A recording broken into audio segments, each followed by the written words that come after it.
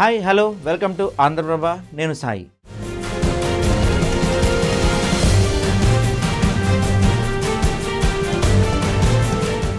ఎన్నికల వేళ వైసీపీలో అంతర్గత కుమ్ములాటలు ఒక్కొక్కటిగా బయటపడుతున్నాయి. మంత్రి జయరాం సొంత పార్టీ నేతలపైనే బెదిరింపులకు దిగటం సంచలనంగా మారిందని చెప్పొచ్చు.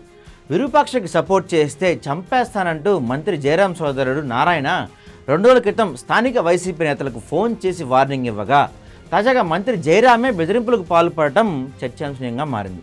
అసలు కర్నూలు జిల్లా వైసీపీలో ఏం జరుగుతుంది? Let's watch the story.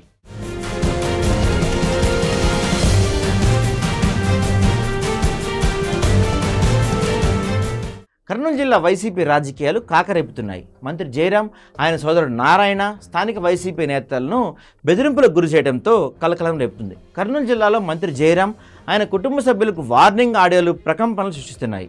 Aluru YCP కొత్త ఇన్ఛార్జ్ విరూపాక్షకు మద్దతు తెలుపుతున్న లోకల్ వైసీపీ లీడర్లపై మంత్రి జయరాం, ఆయన సోదరుడు బెదిరింపుల పర్వం కొనసాగుతుంది. అరికెర వైసీపీ నేత వీరేష్ను మంత్రి జయరాం బూతులు తిడుతూ చంపేస్తానంటూ ఇచ్చిన వార్నింగ్ ఆడియో తాజాగా వైరల్ అవుతుంది. ఆడియోలో ఇష్టారీతిని రెచ్చిపోయారు మంత్రి జయరాం.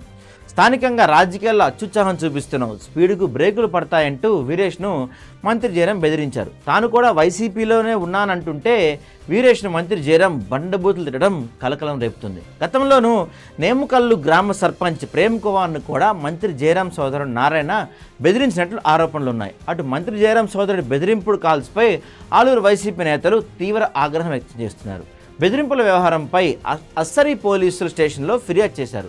నారాయణ బెదిరింపులతో తమ ప్రాణాలకు రక్షణ కల్పించాలంటూ ఇప్పటికే ఆలూరు వైసీపీ నేతలు, కార్యకర్తలు స్థానిక పోలీసులు కోరారు. నారాయణపై కేసు నమోదు చేయాలని డిమాండ్ చేశారు. దీంతో బెదిరింపు కాల్స్పై విచారణ చేసి కేసు నమోదు చేస్తామంటున్నారు అస్సరీ పోలీసులు.